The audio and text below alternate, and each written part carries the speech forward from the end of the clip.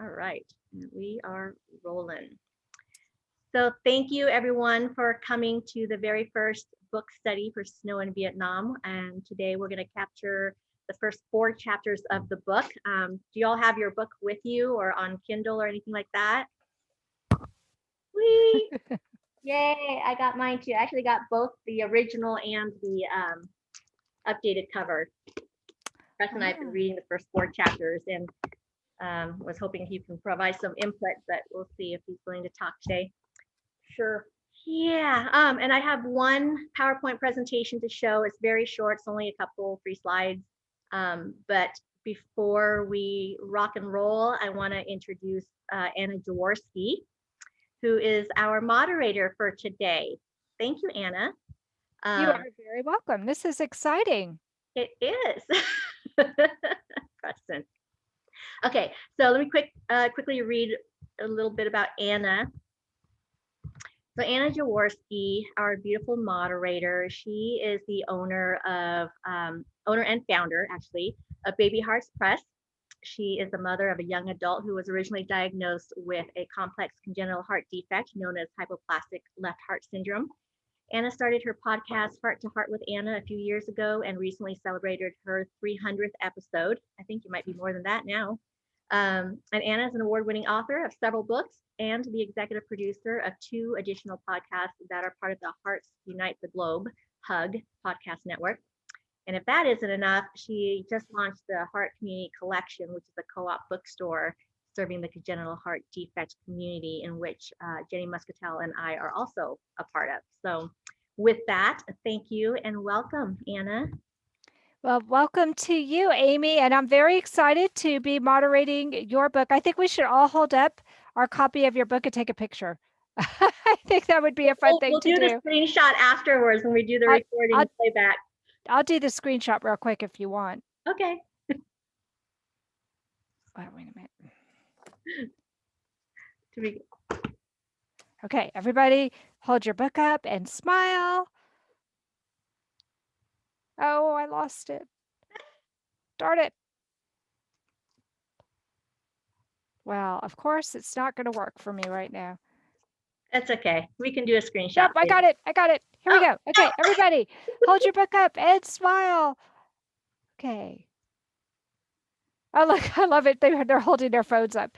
Yay, because you can read anywhere. Okay, that's cool. Okay. So this is a little bit different. I've been doing some book studies now for a couple of months, but my books are anthologies. And so we just read an essay or 2, but this will be going on for several weeks. One of the things that I love about Amy's book is that the chapters are short. One of the things I hate about Amy's book is that the chapters are short. And I kept thinking, just one more chapter. And I stayed up till 2 in the morning reading her book. Anybody else feel me? I'm so glad I'm not the only one. Okay, so I came up with a couple of questions for each of the chapters that I was interested in. And then Amy also shared some questions with me. But I'm kind of curious if any of you had any questions. And so I see some people nodding. So I'm going to go ahead and get started with a couple of my questions. And then you guys can chime in with questions that you may have had. Because I think for me, this is the first time I've ever read a book that took place in Vietnam. Is anyone else like that? Okay. Okay. So yeah, who's DJ? Hi, DJ. DJ said, why was this a fictional novel rather than a biography? Thank you so much. Why didn't you just write your mom's biography? Because it read to me like you had talked to your mom and you were writing her story, but you fictionalized it. So can you tell us about that, Amy?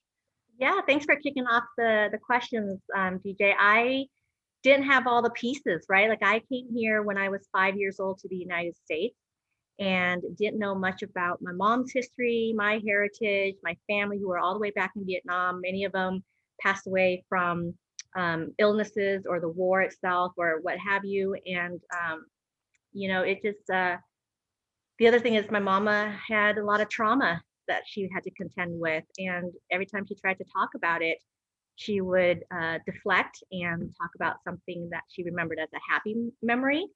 So I never got the full picture, and hence a fictional book was what came out of it. So thank you. Okay, Amy, I was really surprised that there was a family numbering system. I had never heard of that before. So, can you tell us more about that, where we have sister 6 and sister 8, and mom and dad are 1 and 2, I guess? And also, is that still something that's done today? So yes, it's still done today, at least in the Vietnamese culture. I don't know about other Asian cultures. And what's confusing also is you may be sister 6, for example, right? But let's say that you are married to a husband. Your husband is number 1 in the family. He's actually would be called number 2, because remember, the parentals are number 1. And so when you're married into the eldest son, you become sister 2 to his side of the family. So it gets confusing. First of all, you got to know how to count. But anyway, so that is something that still happens today. And kids in Vietnam, we are given nicknames all the time. So if you're not called, Mông Yo, which was dirty butt or chicken, right? If you're not called some weird name like Fatty, then you're called by a number. And I think part of the reason why we've always done that is because we believe in spirits, good and bad. And so if you've ever read the Mountain Sings by Nguyen Phan Quế Mai, right, that tells you a little bit about how we're so superstitious. We don't want bad spirits to go after our kids. And so we call them by different names, like guava, for example, right? Just as a way to protect them from the unknown, from the religious side of things. But I was wondering, I've read some other cultures where they believe there's great power in your name. And so you only tell those people who are closest to you what your real name is. And they use the nicknames like what you're saying also because there's power over, they can have power over you if they have your name. So yeah, that's very interesting. So exactly. in the opening, Snow is getting married in an arranged marriage. And I'm wondering how commonplace that was back then and whether or not it happened at all different socioeconomic levels. Yes, it still happens. Yes, it happens at all levels. But the arranged marriages are usually more encouragements. It's helping the kids find their mates, because oftentimes the children don't pick wisely. And so arranged marriages still happen. I was lucky that my mom didn't carry that belief into the American culture. And but it's funny, I remember having a conversation with my mom one time, and I said, do you expect me to marry a Vietnamese man? And of course she reflects back to her marriage with my father, and she's like, no, you don't need to marry a Vietnamese man. I said, oh, okay, I can marry anyone I want. And she's like, yep. I said, well, what if he's African American? What if he's black? And she's like, no, you can't marry a black man. I was like, well, what if he's, Indian? I mean, like, I named all the spectrums, right? All the ethnicities. And she's like, maybe you should just marry a Vietnamese man. And it's funny because, she said that because I think she was more concerned about whether I was going to be able to continue keeping my culture and my ethnicity and customs and all that stuff.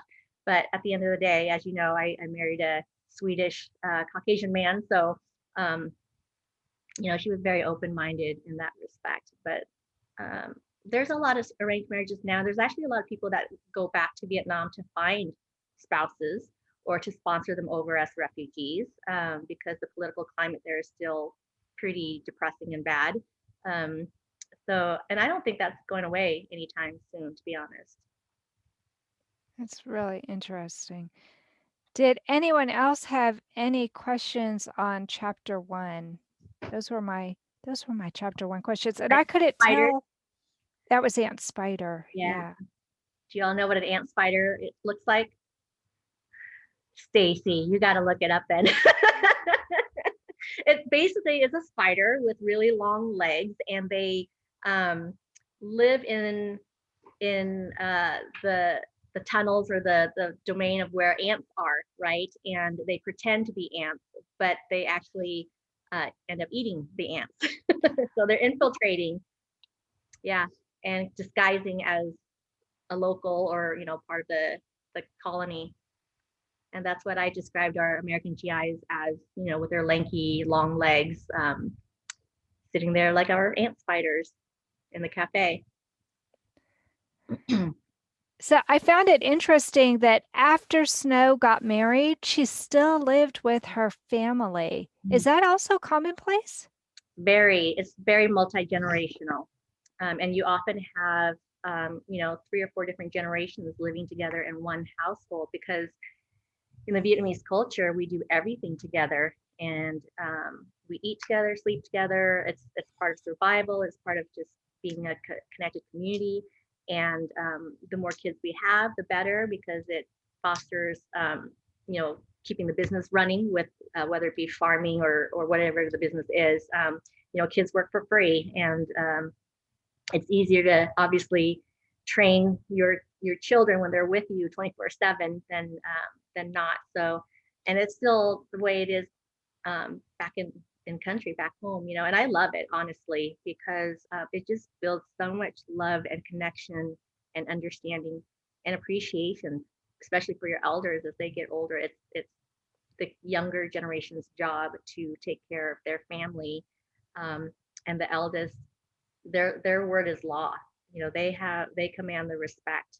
They may be 90 years old, but they still have their way to whip your ass and put you in shape. So we don't do that here, where we put our family in homes, in nursing homes or assisted living homes. It's everyone's responsibility, or at least the oldest son's responsibility, to take care of the parents.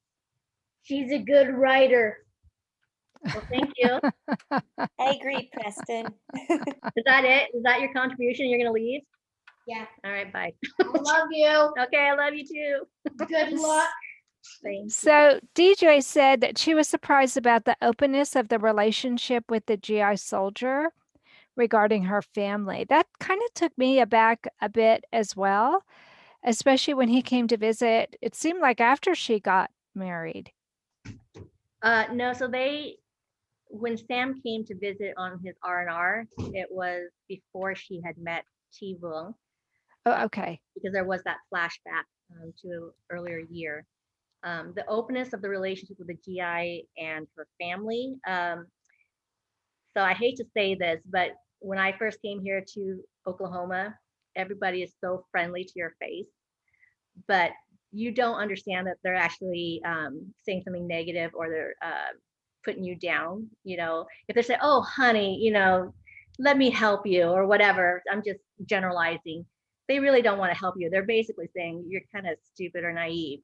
Well, and that's kind of the way the Vietnamese culture is too. We can insult you in your face and still put on a smile and accept you into the family. And that's it takes a lot for us to put our guards down and truly trust you, because we don't trust foreigners. That's just the way it has been for our country, with the Japanese and the Chinese and the French and everybody else wanting to take a piece of the country, particularly the coastal part, because Vietnam is a small country, but it's got the longest coastline, and it's ports, it's fishing, it's industry, and everybody wanted a piece of that pie. So Francis was asking if the part about the GI soldier's demise was fiction, or was that real? Sam is a fictional character based on a real person, but his demise was fictionalized, because when I did this book, I wanted to capture a little bit of everybody's story, everyone that I talked to, that I interviewed. When I was working, or not working, but when I was a part of the Pacific Northwest Writers Association in Seattle area, I would go to their meetings, and anybody who wore like a Vietnam veteran insignia, hat, whatever, I would reach out to them and ask to meet to interview them. And so, like, when you read about Cruz, who do you remember? Is it Cruz Martinez or Martinez? It's been a while since I read the book. you know, his story was true, him being in the Air Force and being saved by this ghost voice that he kept hearing telling him to stop. And he missed the bus and he ended up not getting killed in action or in on the base. And that was a true story. And so I took little bits of everybody's history and put it in the book. So had your mother really fallen in love with a GI soldier? She had fallen in love, or she had two people that loved her anyway. One was a French man and one was an American GI.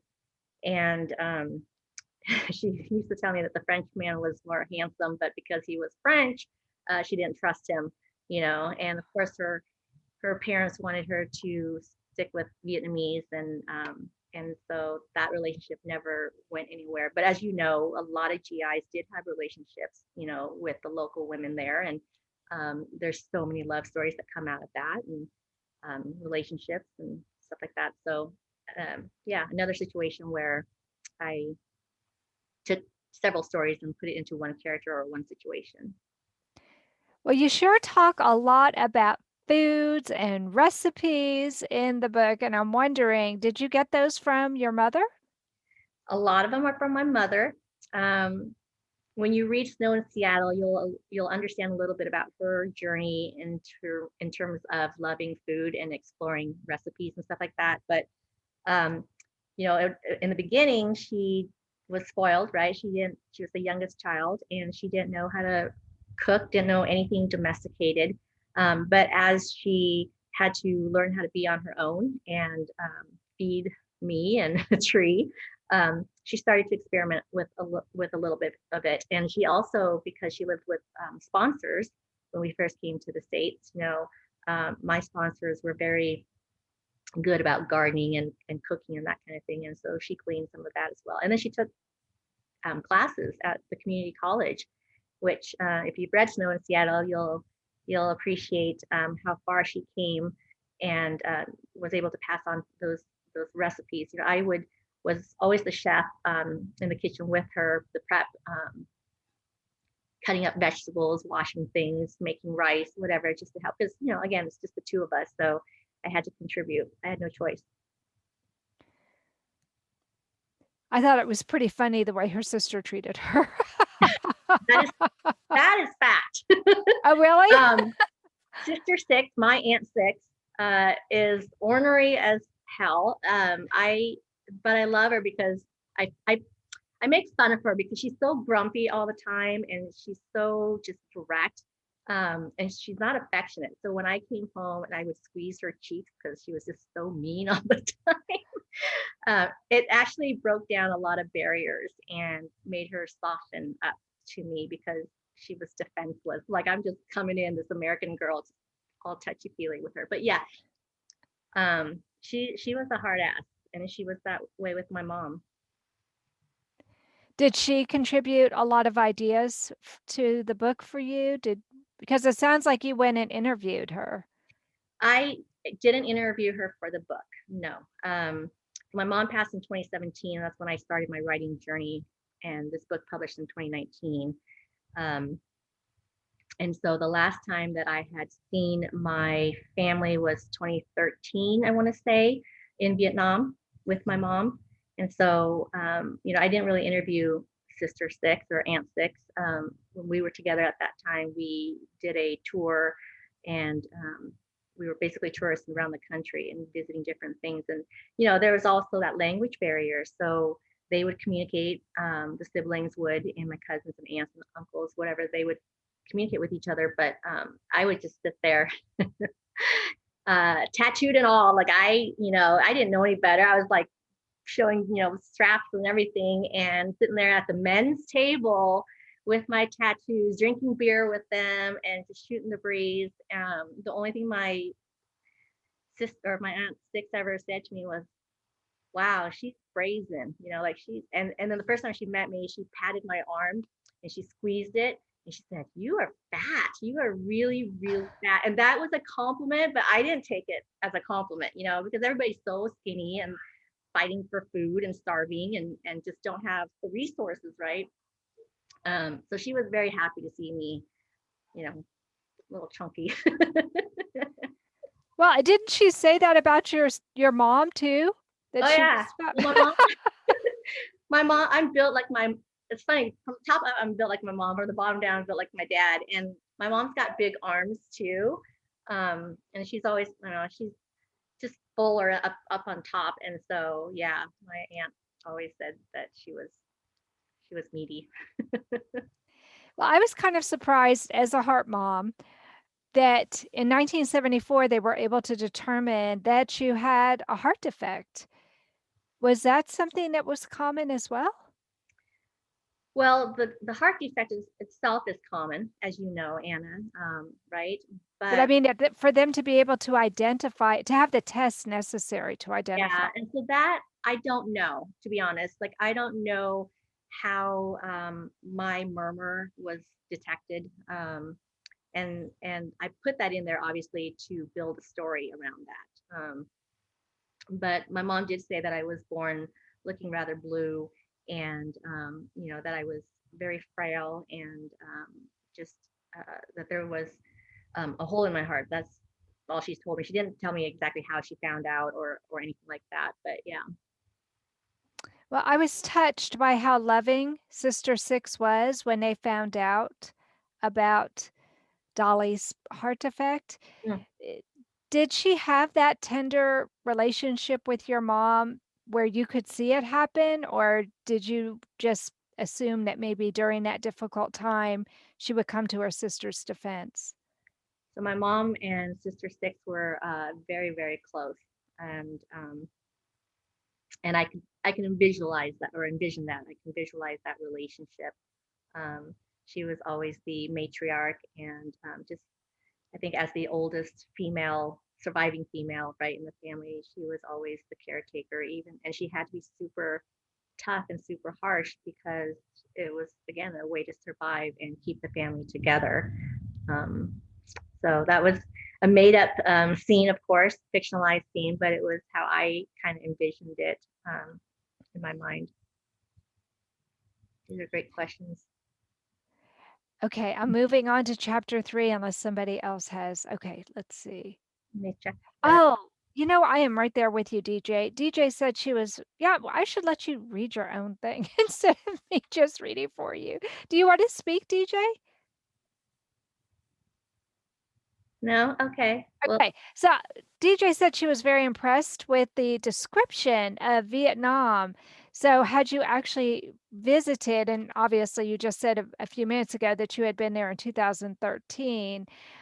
Did you, when you visited, did you take a whole bunch of pictures? Did you already know you wanted to write about your your, your family's homeland at one point? Because they were very vivid descriptions. so I have been to Vietnam a total of 4 times now. Once after my mom had passed, and when I did, it was in 2018. I took with me my husband, my son, my mother-in-law, and my honorary dad, who served in the U.S. Army, who fought in Vietnam War, who Sam, my character, was based off of, and he had never been back to Vietnam, so he wanted to go back after the war. That trip specifically was to breathe in everything that I could, and absorb as much as I could about Vietnam. We actually went from north to south. We did a trip that my mom had always wanted to do but never did. So we flew into Hanoi. We made our trek all the way down from Hanoi in the north down to the central part, and then ended up all the way down in the island of Phu Quoc, which is south.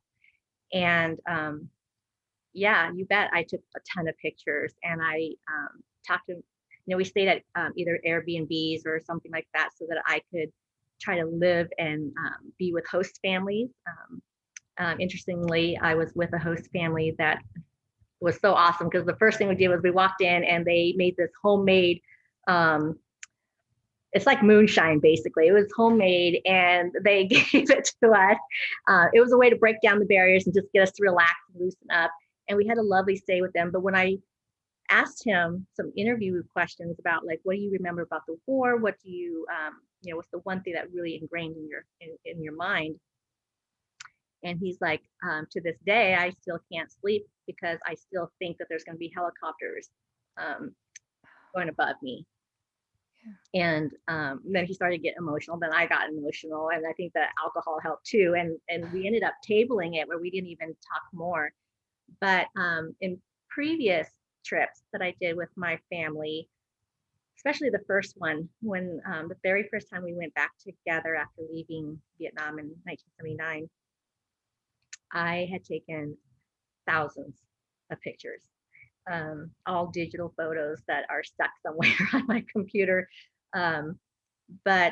And I think some of you know this already, like I took pictures of the chickens and the streets and the electricity, how they wired things, and the toilet and the pigs. I mean, just everything was so new and different. And those memories were what I used to describe. And then, of course, the research came into play. Like sometimes I knew that, after the fall of Saigon and the government took over, that things changed in terms of street names, obviously city names, right? Saigon became Ho Chi Minh City.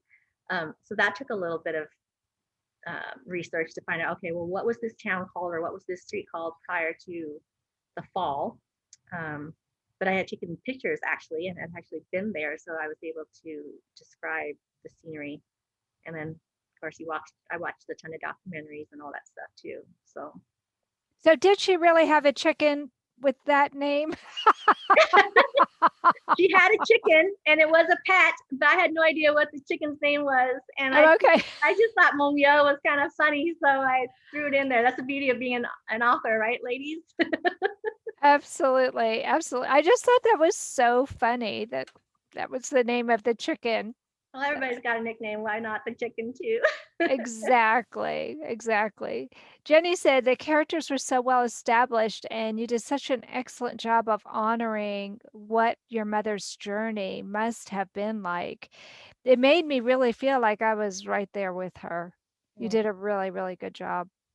Thank you. And prior to writing this book, right, I took a bunch of writing modules and attended conferences and workshops and kind of immersed myself into the writing community and learned as much as I could about character development and plot. And I had no idea what beat sheets were then. I don't even know if that was even in my radar at the time. But over the years, you learn. And even then, it really boils down to your editor. So thank you, Stacy. But it's just you can have all the ideas in your head, and it's so jumbled up, and I tried Scrivener. I tried to put chapters into different cards and then move them around to see what would fit best. But in the end, I realized that I was a pantser type of writer, where I couldn't just organize and plot things out. I just flew by the seat of my pants. I let the characters kind of tell me what they're like and what they want to happen to them. And I know that may sound a little bit weird if you're not a writer, but your characters do speak to you. Freaking 2:00 in the morning, they're talking to you, you're like trying to fall asleep, and then you get so attached to them, right? Because you know what's going to happen to them, or what where the storyline's going to take you. And so anyways, that's a long answer, but there it is. Okay, so that concludes my questions for chapter 2, but I'd like to move on to chapter 3 unless somebody else has something for chapter 2 that they're curious about. It doesn't look like it. Okay, so chapter 3 was She Jekyll, and that was April 1975. And the first thing that shocked me was how Snow reacted when Dolly fell and hurt herself. So do you think that your mom in that story, you were just trying to show that she was completely exhausted, or Yeah, what exactly were you trying to convey there? Yeah. for sure. I think when you're a parent of any child that is ill or special needs, or just have challenges, you're dealing with that. You're dealing with a marriage that you don't want to be in. You're dealing with the war, and Sister Six nagging at you all the time. It's kind of like I've had enough, and I don't have enough sleep, and I just and part of it is when I had Preston, I had postpartum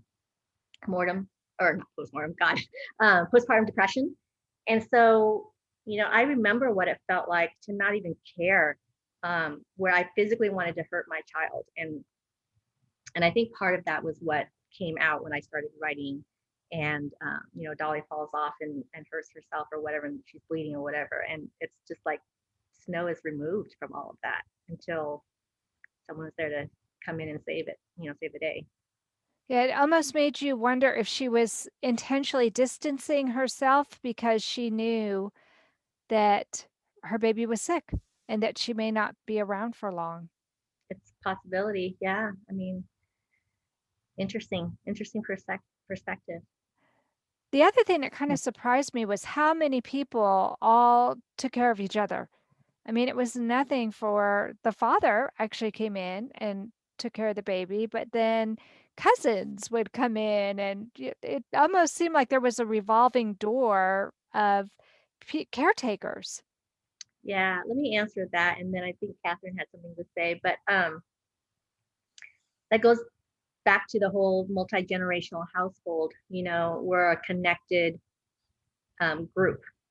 There's no individual, there's no I, there's no independence. We're all a community and a family. We live together, we fight together, we eat together. It's just something that has been a part of our culture forever that I know of. And that's just the Vietnamese way or the Asian way, I guess. But yeah, and even coming to the States, you know, when you're in a community of other Asians, it's not uncommon to cook for a bazillion people, even though there's only 3 in your household, because you never know when someone's going to be walking through your door. In Vietnam, it things may have changed now, but in Vietnam, we always had our front door, back door open. Neighbors popped in all the time. Doctors came and visited, and you always wanted to be hospital and, you know, serve tea and provide food and that kind of thing. And that's how we're able to take care of each other, because again, you have to pull in your resources, right? One family may be missing something, but the other family has what you need, and you just share to survive. Okay, Catherine?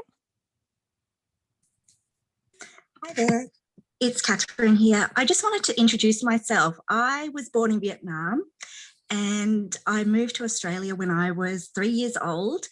And when I read that scene with Dolly, it was exactly something that happened to me when I was a baby in Vietnam. I was about 1 year old and I wasn't walking yet. And my mother was getting a little bit impatient with me not walking. She thought, oh, you're 1 year old, you should be walking now. So every day that was her kind of project to get me to start walking. And then one day I couldn't walk at the time. So I hit my head on the corner of a coffee table. Mm. I still have it was just above my eye, and there was blood everywhere. And my mum, she just was paralyzed, and she used to call me her doll as well, because she said I was just so small. When I was born, I was just so small and white, and you know, in Vietnam, they're very obsessed with skin color and things like that. So anyway, when I read that scene, I thought, oh, do all Vietnamese mothers do this? And it was my auntie that bundled me up. I was bleeding everywhere. My auntie bundled me up and she was yelling at my mum, like, what on earth are you doing to your daughter? And she took me to the hospital. I had a couple of stitches, but even to this day, my mum said she was just trying to get me to walk. And when I fell and there was like blood everywhere, all she could think of was, my goodness, the red blood looks so stark, you know? And she's just think people go into shock, that's all. So I just wanted to say that when I read that scene, I thought, oh, I was writing about you. That's very interesting, and that's very, very cool. I think, you know, in our culture too, we don't show affection. We obviously love each other, but it's so funny because when we say things like, oh, you're ugly, or oh, you're fat, or oh, you're whatever, it really is a term of endearment. It's because, and we usually say it with jest, like, oh, you're so ugly, you know, but part of it is just to fend off the bad spirits, because they're not going to come for you if your child is ugly. You know, they want only the pretty ones. And parents tend to compare their kids all the time with other kids. You know, why can't you be as, you know, musically talented as so and so? And I don't know why that is the case, why, you know, our parents do that to us. It obviously causes a lot of mental health issues, growing up, because you're not getting affection from your family. You're not getting that the accolades or that reassurance. And yeah, I mean, I feel like I didn't go to therapy, but I'm sure I have some mental issues because of the way my mom raised me. She spanked me all the time, and that just made me more rebellious. And the nice thing about my mom compared to other Asian families, like Sister Six's family, is she was affectionate as the youngest child. And she was a little bit more progressive in that respect. You know, when I went back to Vietnam and I visited my family, my aunt's family, they were like, you know, we miss your mom so much, or we love your mom so much because she was always the fun one or the funny one and the affectionate one, and she spoiled us. Not our mom, no. Our mom was just and nagging and, you know, very restricted in many ways. So I was very thankful. I was like, oh my God, I'm not thinking about Aunt Six wasn't my mom. Okay. The next question that I had for you was regarding Mrs. Tran. I felt like she added so much color to the story. Was she based on a real person? No. Everybody loves Mrs. Tran. And it's one of those things where, like I said, you start writing and your characters just kind of form in your head. I had to find a way to connect some dots. I had to find a way to also light a fire underneath Snow's, you know, ass, basically, to get her to like open up and her eyes and see things, you know. So I took pieces of like my aunt and pieces of people that I have known in the past that were part of raising me, or, you know, just in our circle, to build out Mrs. Tran. And I also wanted to, I was going to say, well, I'm going to get ahead of myself, so I'll stop right there. That's later on chapters. Okay. So this is a chapter, ladies, where we discover that Snow's husband has another wife and another child. I did not know that polygamy was practiced there in Vietnam. Was that very common in the 70s? It is common. There's different families all the time, and I later found out my dad actually had more families. Yes, I interviewed him a couple years ago. And so one of the things I wanted to show you today on the PowerPoint slide was a picture of my stepmom, my dad's wife. So in the book, her name is Annette, and in real life, her name is Lynette. Lynette passed away a few years ago with, oh gosh, what was it? I'll have to come back to that. But anyways, she was an amazing woman, very petite and very smart. She was also an author. She spoke fluent Vietnamese, amongst other languages. She was a linguistic individual. And she wrote a lot of Vietnamese folklore. She also did translation work at a college, so she would translate books into Vietnamese or vice versa. But let me just share my screen and show you the picture of Lynette. So there it is. Let me have to minimize a few things so I can see what I'm showing you. Can you all see that? Yes. Okay. So obviously the first picture is my dad, and then it's my mom, then it's me, Tree, and then the very bottom picture there is Lynette. And that was actually a picture of her in her office, and she was working on a book. And there's another picture, which maybe I'll show in a future session, of her autographing books, which was pretty darn cool. And then I also have a picture actually of my dad with Lynette and Timothy in Vietnam, a black and white photo. I couldn't find it for today's session, but if I find it, I will share it in a future session. But she was a pretty cool woman, and I did meet her once. Very sweet, and we were friends on Facebook for a while, and then when she passed, you know, that was it. Wow, it must have been interesting for you to meet her and that you were able to easily converse with her. Did she share anything with you that made it into the book? No, and actually, I mean, she was a Christian woman. You know, she was very devoted to the church. She did a lot of volunteer work and things for the community. And when trying to think how this came about, I was visiting a friend in Texas, in Dallas actually, and somehow I reached out to my half brother Timothy, because I think I got his number from my dad, because there was a point in time where when they found out about me, I had reached out to Timothy. But anyways, I told him, you know, hey, I'm not too far from you. I'm in Dallas, and I know you're in Houston. You know, how's family going and everything? And he's like, I'll buy you a ticket to come down and meet them. And so I got on a plane. He picked me up, took me to the house. That was kind of an awkward thing. But you know, Lynette immediately made me feel comfortable. She embraced me. She sat down and talked with me. We went to a restaurant, and then my other siblings showed up, and that's where the weird awkwardness started, because then it became an interrogation. So I ended up leaving and didn't see them ever again. Yeah. But Lynette and I remained friends, and we would write every year together to each other. And she would send me a Christmas letter, keep me updated on how the family was going, and I would do the same with her. And nobody knew we were writing letters to each other for years until, well, I don't know if they know, but if they listen to this, I will. Yeah. Oh, wow. Crazy, right? I think that's pretty cool, actually. So DJ asked, was the real life evacuation story similar to the one that you wrote? Well, in the book, you know that we were thwarted several times in trying to escape the country.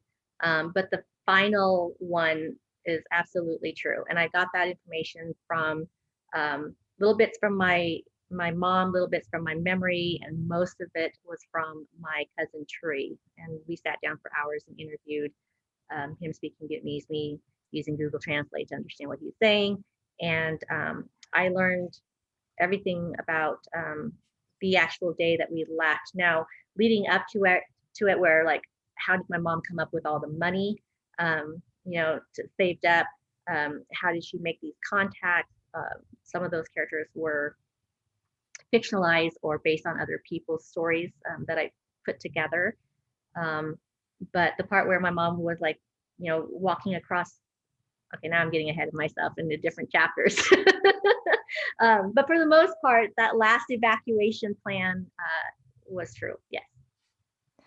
Okay, so into chapter 4, which is Second Fiddle, and that happened in April 1975. I was a little bit surprised that Snow gave Mrs. Tran the necklace. It seemed a little bit out of character for her since she needed money to get to America, but I felt like there was something deeper going on there. Can you talk to us about that? Yeah, so I think my mom, or at least Snow's character, felt like she was always able to take care of herself or be taken care of by someone else. And I honestly think at that stage she was still naive and wanted so desperately to gain some kind of approval or love from Mrs. Tran, because you know her mother had passed, right? Snow's mother had passed a while back, and so she didn't have a mother figure. And I think she desperately wanted to feel a part of something, a motherly type love. My mom, though, true to her nature, always gave things away. And all right, let me admit a couple of people in. She would go shopping and she would buy like the most expensive outfit or the most expensive purse or whatever. And I'd be like, oh my God, Mom, you just got something new. That's so cool. You know, she's like, oh, do you like it? I'm like, yeah, here you go. You know, and she'll just give it to me. And she was always like that. I think part of it is because she just loved to spend money and shop, you know, and then she got bored with it so easily or so quickly. And because she loved me. But I constantly got shoes and coats and whatever from Mom, and she was just always that way. She just gave, you know. Hi, John. Okay. So my next question is, how did you feel about Snow choosing not to go to America because she was upset with her husband having another family, but then she decided she would go, and then at the last minute she decided no, she wasn't going to go. I mean, I could understand feeling conflicted like she did. Was this based on truth? Yes. So my mom did want to go to America because everybody hears about the land of, gold paved streets and Hollywood stars, and like, you see on TV all this thing, and that's what you believe America is. And so she always wanted to go to America. She just didn't want to go with my dad, and his wife. Um, and I know this is also getting ahead of the story, but ultimately she did have a choice to go to different countries or stay in the refugee camp, right? To be with someone. But her primary focus and motivation was me, and nothing was going to thwart her from that. So yeah, but I'm just so glad we made it to America, because can you imagine me speaking with like a Swedish accent or Australian accent? I don't know. It might be a little strange. Okay, and the last question that I have for you, and then I'll look at some of the questions that you also gave me, is, were you surprised that Ty was willing to leave the country and leave his brother behind? That kind of surprised me, that the brother was not planning on going with him. His whole goal was just to see that Snow made it. So, true story, my mom actually did have a relationship with Hy after my dad left. And she told me the same thing, that he was a Vietnamese man through and through. He always wanted to stay there, and that was his home, and that was where he was going to stay.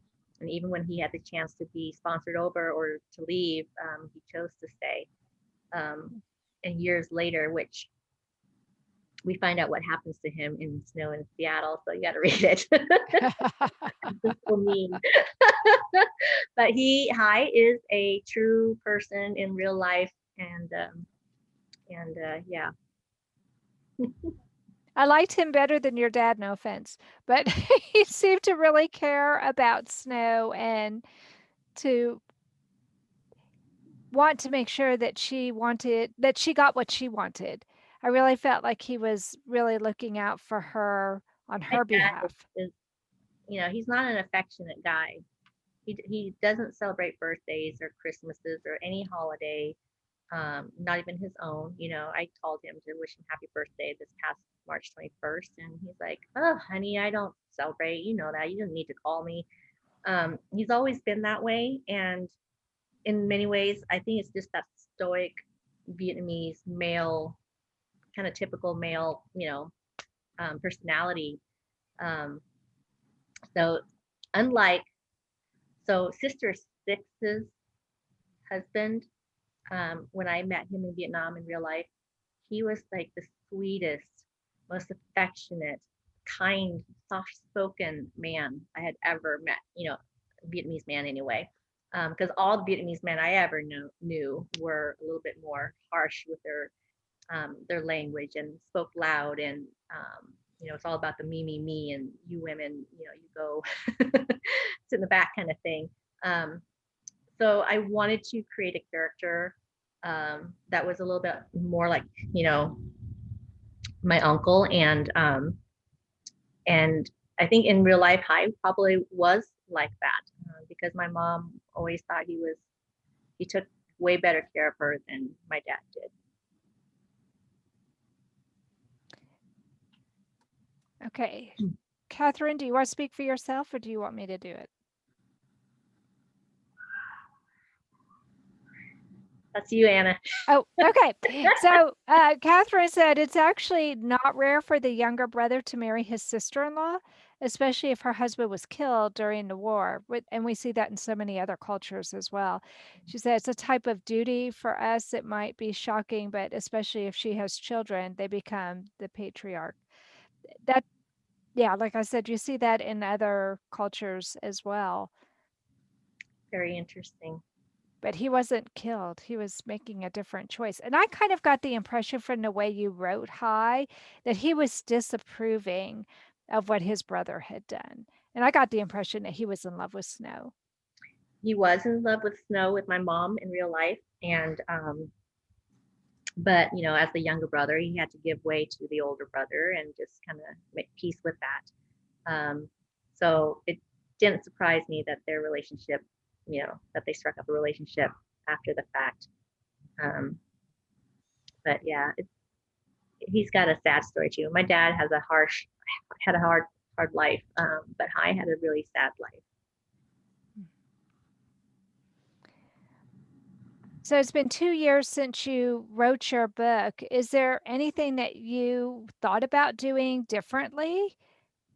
Like your cover or the ending or? Well, I did change my cover. You saw that. The first book was this one, the first cover. And this was a little bit of a contention between me and one other person. And then ultimately I changed it to this one because I also got another cover designer who could see my vision and did it right.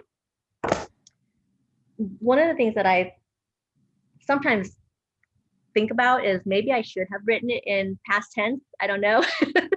I kind of go back and forth a little bit with that because initially I wrote it in past tense, and then I went back and wrote it in present tense. And then my editor, who was Allie Robertson at the time, she was like, you know, sometimes you write in present tense, sometimes you write in past tense, like pick a tense, you know. And I'm like, I'm sorry, I'm just so confused. But a lot of the historical fiction novels that I have read recently are written in past tense. And I wonder if I totally went outside of the norm, and that I shouldn't have. So that's one thing I kind of grapple with. And then I had one review that basically said my title was kind of, what was the word he used? Basically, he didn't approve of the title, Snow in Vietnam. It was gimmicky, that's what he said. And it kind of made me a little sad because if you don't understand what the snow means, then I guess it could be a kind of a gimmicky title because nobody thinks that there is snow in Vietnam. And when you read the book, there's no snow in there. It's just the character's name is Snow. So maybe the title could be something different, and who knows, maybe one day it could change. But I don't know if it would be the same if it changes. Yeah, well, Jenny and DJ and I all like the fact that you use the active voice. I thought it was easier to get into the story. It drew you in faster, I thought, than if you had done it in past tense. And it felt more real, I think. It wasn't just like a history lesson. This felt like somebody's story and you were being carried along with Snow. Thank you. And that was my instinct, right, when I went back to write it in present tense, because I really wanted to bring the reader along in the journey with us. I thought that it was really interesting how Tree was a pretty big part, not in the first 4 chapters. He was there a little bit, but later on he becomes a much bigger part of the story. So you weren't able to really speak to him without a translation program? So, you know, I left when I was 5 years old, and I, when I got to America, I started to speak more English with my sponsors, with school, with everything else. And my Vietnamese really, really sucked. I could speak and have a conversation in Vietnamese at a very, very elementary level. I could not have a political debate with you. I could not, you know, I can say car, I couldn't say automobile. I could say bike and not motorcycle. It's just, you know, one of those things. And so,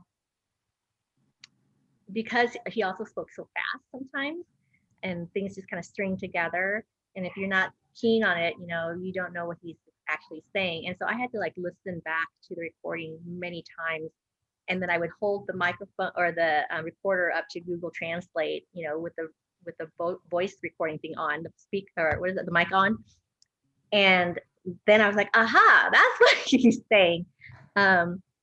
and we would go around in circles, and I would say, okay, tell it to me in another way, or dumb it down for me. And eventually we got it, but it was hard.